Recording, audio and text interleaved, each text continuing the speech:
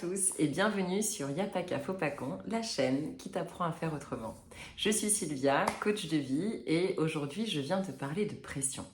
De pression parce que c'est une émotion, une sensation qu'on peut parfois être amené à ressentir quand on traverse des périodes de mutation et de changement. Et vous savez que sur cette chaîne, on parle exclusivement de ça. Et donc j'avais envie d'en parler plus particulièrement là parce que effectivement en dehors de la pression qu'on peut soi-même déjà vivre parce qu'on est en train de bouger des choses dans nos vies, eh bien on est aussi des êtres qui vivons dans un environnement et cet environnement peut aussi nous impacter. Et compte tenu de ce qui se passe actuellement au niveau mondial, c'est vrai que les énergies sont plutôt lourdes aussi, il se passe des choses évidemment pas drôles qui consciemment ou inconsciemment peuvent aussi nous impacter en fonction de notre degré de sensibilité et de perméabilité aussi à notre environnement. Et donc j'avais envie de vous faire un petit peu du bien, de vous donner quelques premières clés peut-être pour essayer déjà à votre niveau de faire redescendre cette pression si vous la ressentez. Avant d'aller plus loin, je voulais quand même préciser quelque chose d'extrêmement important. C'est qu'en période de mutation, en période de changement, si vous êtes challengé aujourd'hui dans vos vies personnelles, ressentir de l'anxiété n'est pas quelque chose d'anodin, c'est quelque chose d'extrêmement sérieux. Donc dans des vidéos comme celle que je vais vous partager aujourd'hui, je vais vous donner des premiers éléments qui peuvent vous permettre effectivement peut-être de faire redescendre la pression. Maintenant, ça reste une vidéo, ça reste quelque chose de ponctuel. Si ça fonctionne, c'est super. Et en fonction de votre degré de connaissance de vous-même, de votre degré de capacité à venir comprendre vos émotions, à venir les accompagner aussi quand elles viennent vous chercher, vous avez peut-être aussi besoin, si vous sentez que ça reste et que cette pression, vous la ressentez de manière régulière et que vous n'arrivez pas à la gérer, surtout, ne restez pas seul. Allez évidemment faire appel à un thérapeute, quelqu'un dont c'est le métier, qui pourra vous aider à dépasser tout ça et faire en sorte d'avancer le plus sereinement possible. Donc cette vidéo ne remplace en aucun cas une thérapie. L'état du système nerveux est quelque chose d'extrêmement sérieux. Je ne suis pas une spécialiste du système nerveux, je suis simplement coach et humaine, donc je traverse moi-même des choses, j'ai appris à travailler certains états, mais pour les avoir déjà traversés moi-même, forcément, je me suis faite aussi accompagner quand j'ai été challengée, donc surtout ne restez pas seul et prenez soin de vous.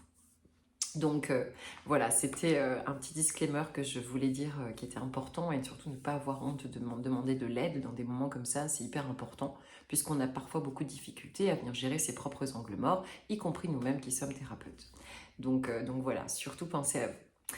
Et donc pour en revenir à mes petits tips, donc pour ceux qui se connaissent déjà un petit peu, qui savent gérer, qui sont peut-être déjà accompagnés par ailleurs, mais qui peuvent être soumis ponctuellement à ces états d'anxiété, et le thérapeute n'est pas forcément là tout de suite disponible, je vais vous donner quelques petites astuces qui personnellement, que j'utilise moi personnellement, qui m'aident à gérer ces états anxieux lorsqu'ils se présentent, puisque ça fait partie de la vie.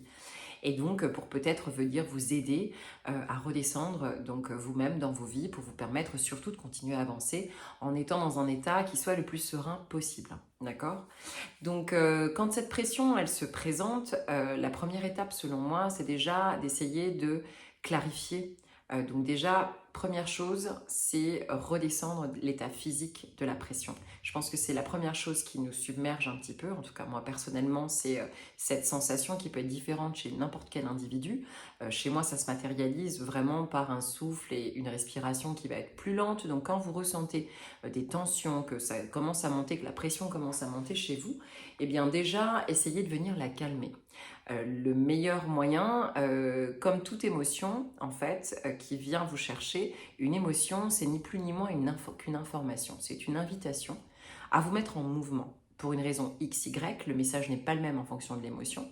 Donc là, si vous sentez que votre corps est en surcharge, est en train de pomper, l'information déjà, la première chose, le premier niveau, c'est de faire redescendre ça tout de suite, au niveau ne serait-ce que votre rythme cardiaque, pour vous permettre effectivement de reprendre ensuite le cours de vos vies de manière plus zen.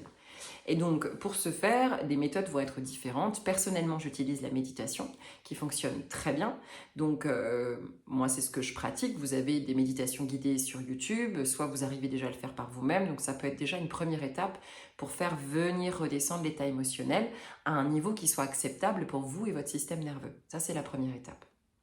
Pour venir faire redescendre cette pression, Écoutez-vous et vous vous connaissez aussi, faites-vous confiance. Qu'est-ce qui fonctionne pour vous? Ça peut être le sport aussi. En fait, l'important, c'est de revenir au corps. C'est-à-dire que l'état de pression, c'est parce qu'à un moment donné, au niveau mental, il va y avoir quelque chose d'angoissant, d'anxiogène pour le cerveau.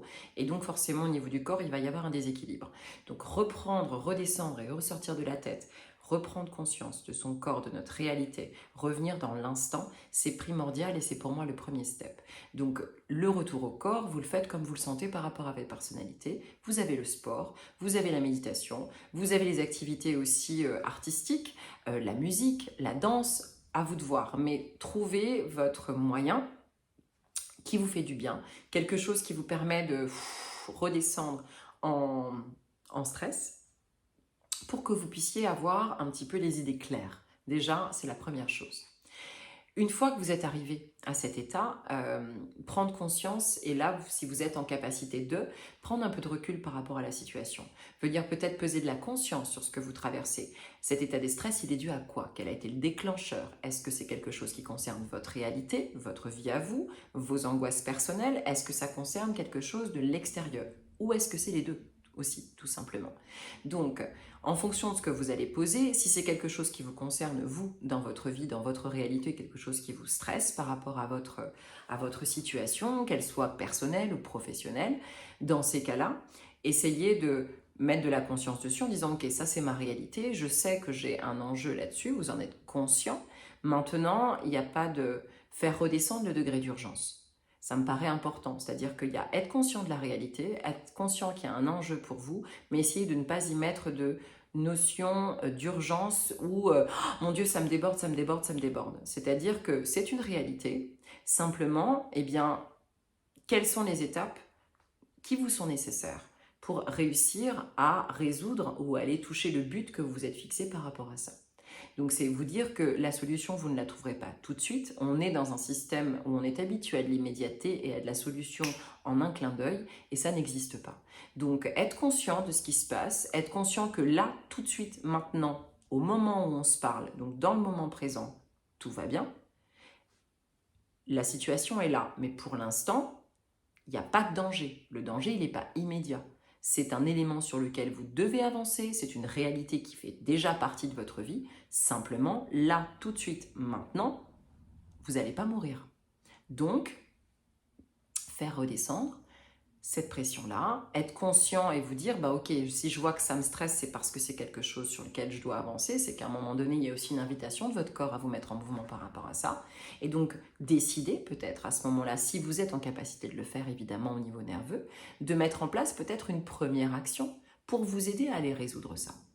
Donc, ce n'est pas forcément résoudre la totalité de la situation, mais peut-être aller poser une action qui va venir aussi rassurer votre mental parce que vous aurez concrètement fait quelque chose qui vous permettra d'aller atteindre l'objectif que vous vous êtes fixé ou d'aller résoudre la situation qui vous tracasse. Donc ça, c'est si l'angoisse vous concerne vous, à titre perso dans votre environnement. Si c'est quelque chose qui vient de l'extérieur, parce que ça arrive aussi, qu'on soit impacté en fonction de son degré de sensibilité, de perméabilité plutôt, j'ai envie de dire, parce que pour moi l'être humain est sensible par définition, tous autant qu'on est, simplement on est plus ou moins perméable à ce qui nous entoure. Ça, je pense que ça dépend de tout un chacun. Il y a des personnes qui arrivent à mettre un espèce de filtre et des personnes qui y arrivent vachement moins. Et ça dépend de votre personnalité, donc je pense que vous vous connaissez un minimum. Donc si vous savez que de nature, vous êtes plutôt perméable à ce genre de choses, eh bien dans ce cas, pareil, une fois que vous avez fait votre système de redescente, qu'on a évoqué un petit peu plus tôt, eh bien revenir à votre réalité à vous. C'est-à-dire que sortir du contexte que vous ne maîtrisez pas, qui ne dépend pas de vous, qui est un élément extérieur à votre vie, donc dire ok, ça fait partie de ma réalité parce qu'effectivement je suis dedans en tant qu'individu, parce que ça concerne mon groupe d'amis, parce que ça concerne ma famille, parce que ça concerne la société dans laquelle je vis, etc. Donc oui, vous faites partie de ce tout, simplement vous, aujourd'hui, au moment où on se parle, dans votre réalité, vous n'êtes pas touché. Vous n'y êtes pas dedans. D'accord? Donc, c'est remettre de la conscience là-dessus, revenir à votre réalité et pour lui donner un peu plus de douceur, revenir et vous connecter à des choses qui vont bien. Et ça vaut aussi pour le premier cas de figure quand on est stressé par un domaine dans lequel il y a de l'enjeu. Si on focalise sur ce qui ne va pas, si on focalise sur le truc qui nous angoisse, l'angoisse, elle ne va faire qu'augmenter, elle va revenir. Donc, c'est se dire, ok, je suis un tout, Je suis une personne qui a tout un tas de sujets, d'accord? Il y a des sujets qui vont, il y a des sujets qui vont pas, des sujets qui sont ok, des sujets sur lesquels j'ai envie de travailler ou j'ai envie d'améliorer, ou il y a des choses qui ne me conviennent pas, c'est ok. Mais vous êtes tout ça. Donc il y a un moment, si l'angoisse est trop présente parce que vous êtes fatigué, parce que c'est le moment, parce que machin, eh bien ok, je sais qu'il y a tout ça. Je sais que je suis un tout. Simplement là, tout de suite, comme j'ai besoin d'aller résoudre justement ce qui n'est pas très ok pour le moment pour moi, eh bien je vais aller puiser l'énergie là où elle existe, c'est-à-dire dans ce qui va bien, dans ce qui fonctionne, parce qu'on en a tous. Donc déjà être conscient qu'il y a des choses qui vont bien, d'accord? Ça ne vous définit pas cet état, c'est simplement une information. Et donc focalisez votre énergie là-dessus pour venir aussi, voilà, prendre un petit bol d'air en disant ok, il y a un enjeu, mais à côté de ça, il y a tout ça qui est bon. Donc je vais aller me connecter à ça, je vais aller me connecter aux choses qui vont bien, qui me font du bien, pour venir me permettre de trouver la bonne énergie pour aller travailler évidemment à avancer, pour résoudre ce que j'ai envie de résoudre. D'accord? Donc il y a faire redescendre, donc déjà revenir au corps, calmer le système nerveux comme on le peut. Est-ce que ça me concerne? Est-ce que c'est mon monde? Est-ce que ça vient de l'extérieur? Si c'est mon monde, je suis un tout. Ok, j'ai cet enjeu à gérer, mais qu'est-ce qui va bien? Est-ce que je peux regarder 2 minutes et changer ma perspective pour aller regarder ce qui va bien, pour que ça me donne l'énergie justement pour avancer? Et si ça vient de l'extérieur, eh bien être conscient que vous faites partie de ce tout, mais que là aujourd'hui c'est pas votre réalité, et donc revenir à vous, revenir à votre corps, à des choses qui vont bien, vous connecter à des gens qui sont proches de votre vraie réalité personnelle, pour venir apporter cette douceur dont vous avez besoin à ce moment-là, pour assurer une angoisse qui est liée à un contexte et qui n'est pas forcément liée à vous. Ensuite, donc voilà, ça c'est des premières petites choses qui j'espère vous aideront. Après, il y a également comment dire, une fois qu'on a dit tout ça, le corps il a quand même été fatigué. Il peut arriver que parce que c'est très anxiogène et que c'est très lourd, on le ressente malgré tout. Que la méditation, le sport, etc., ça suffise pas à enlever cet état de stress, d'accord? Donc là, ça va être, encore une fois, ça va dépendre un petit peu tout un chacun. J'ai pas de réponse donnée parce que j'ai pas de vérité absolue. Donc c'est à vous de vous connecter à vous-même. Faites le silence. La méditation, pour moi, est vraiment un canal important parce que si vous arrivez à le faire, c'est vraiment un canal de communication qui est important par rapport à vous et vous-même. C'est-à-dire d'aller vraiment trouver des solutions pour savoir ce qui vraiment fonctionne pour vous. Et là, vous avez besoin de mettre votre énergie. Si vous n'y arrivez pas, eh bien le repos, tout simplement. Je dirais que si vous n'arrivez pas à aller rentrer dans ce dialogue interne par de la méditation et que vous n'en êtes pas encore là, je pense que si vraiment c'est trop lourd et que vous sentez que votre corps est fatigué, que vous n'avez pas d'énergie malgré tout, eh bien reposez-vous. Le repos est essentiel. Malgré le fait que vous ayez des enjeux peut-être à gérer, malgré le fait que vous ayez des projets à mettre en place, je pense que l'étape de repos est importante. Pourquoi? Parce que moi, je suis personnellement contre l'action à tout prix. Je sais qu'on est dans une société très, très masculine, je dirais, dans l'énergie, en France notamment, où on est vraiment dans il faut que j'avance, il faut que j'avance, il faut que j'avance, il faut que j'avance. Et je trouve qu'on se déconnecte un petit peu, pas mal même du ressenti, on ne s'écoute pas forcément. Et je pense que l'actualité nous fait état de situations et de personnes qui de plus en plus sont en implosion, mais parce que je pense qu'il y a une déconnexion totale de nos ressentis. Et donc cette obligation, cette injonction d'être dans l'action et dans le mouvement constant, c'est fatigant pour le corps. Donc si à un moment donné, cette pression, elle vous submerge, il y a peut-être aussi juste besoin de se reposer. Il y a peut-être juste besoin de lâcher prise sur vos projets, sur vos enjeux, sur vos choses qui vous font stresser, qui vous angoissent. Et donc ça passe aussi par du repos. Du temps de rien, du temps de loisir, du temps de plaisir, parce que c'est ce qui vous permettra aussi derrière d'aller passer à l'action, évidemment, parce que vous allez revenir, c'est pas un état qui est permanent. Une émotion, un état d'anxiété, la plupart du temps, il est passager. Si ça pérennise, si ça reste et que ça s'ancre, là, vous avez besoin d'être accompagné. Là, il faut aller voir un thérapeute et je vous invite à le faire parce qu'il y a quelque chose de plus lourd et de plus profond à gérer et ça, effectivement, tout seul, c'est quasiment impossible. Donc, si chez vous, c'est un état qui est passager, qui est contextuel, parce que c'est l'automne, parce qu'en ce moment, c'est difficile dans le monde, parce que peut-être que dans votre vie, aujourd'hui, vous êtes challengé, faites-vous du bien. Faites une pause, tout simplement. Faites une pause, reposez-vous, faites des choses qui vous détendent, faites des choses qui vous permettent de penser à autre chose. aussi, qui viennent calmer ce mental qui peut être très présent. Et faites-vous plaisir à votre façon, de votre manière, et autorisez-vous ça sur une période en fonction de votre agenda et de ce qui est acceptable pour vous, soit toute une journée si vous en avez la liberté, soit peut-être quelques heures ou une petite demi-heure, dans laquelle vous allez pouvoir remettre par vous-même un peu de calme, un peu de kiff, un peu de plaisir, et pour pouvoir ensuite revenir après dans l'action, effectivement, et remettre des choses en place, mais qui du coup, selon moi, seront beaucoup plus efficaces, puisque vous les aurez fait dans un état de calme. Revenir dans une énergie positive, ça veut bien dire, enfin pour moi, c'est pas forcément être dans le déni de ce qui ne va pas. Ça, c'est hyper important de le préciser. Parce que cette positive attitude, je trouve qu'on peut mal l'interpréter. Je crains qu'on l'interprète mal. Être dans la positive attitude, selon moi, tout du moins, c'est pas être dans le déni de votre réalité. C'est pas faire comme si tout allait bien. C'est être conscient qu'il y a des choses qui ne sont pas parfaites, mais simplement être dans un état nerveux ou un état vis-à-vis de soi-même qui nous permet d'avoir ce recul, ce calme, en tout cas un maximum de calme, pour faire en sorte que l'action que vous allez mettre en place, elle soit justement posée et elle ne soit pas en réaction à un état contractant. Et ça, c'est important et je trouve que là, l'action devient efficace parce que l'action est orientée au bon endroit, avec une bonne énergie et avec quelque chose qui réellement est en phase avec la personne, ce que vous êtes et ce qui est bon pour vous. Que quand vous êtes dans l'action pour l'action, eh bien vous êtes en réaction, en réponse à quelque chose et pas forcément connecté à ce qui a du sens pour vous, à ce qui va être bon dans le projet et vous risquez, vous prenez le risque tout du moins, et ben soit de vous heurter à un échec, soit que ça ne fonctionne pas, soit de vous fatiguer parce que le truc marche pas, mais peut-être parce que c'est pas le moment. D'accord? Donc prenez ce temps de pause, redescendez effectivement cette pression, acceptez de ne pas faire, peut-être pour un moment, parce que le temps que vous allez gagner aujourd'hui en prenant soin de vous, c'est du temps d'action que vous allez aussi peut-être gagner par la suite, parce que l'action que vous allez poser, vous serez peut-être plus efficace, elle va peut-être fonctionner plus vite, parce que vous vous serez aussi accordé du temps. Donc, voilà, coucounez-vous, écoutez-vous, faites-vous du bien, allez voir et communiquer avec des gens qui vous font du bien. Donc soit choisissez un thérapeute parce que c'est quelqu'un qui va vous aider à venir voir vos angles morts parce qu'avoir du recul sur soi-même, c'est quasiment impossible.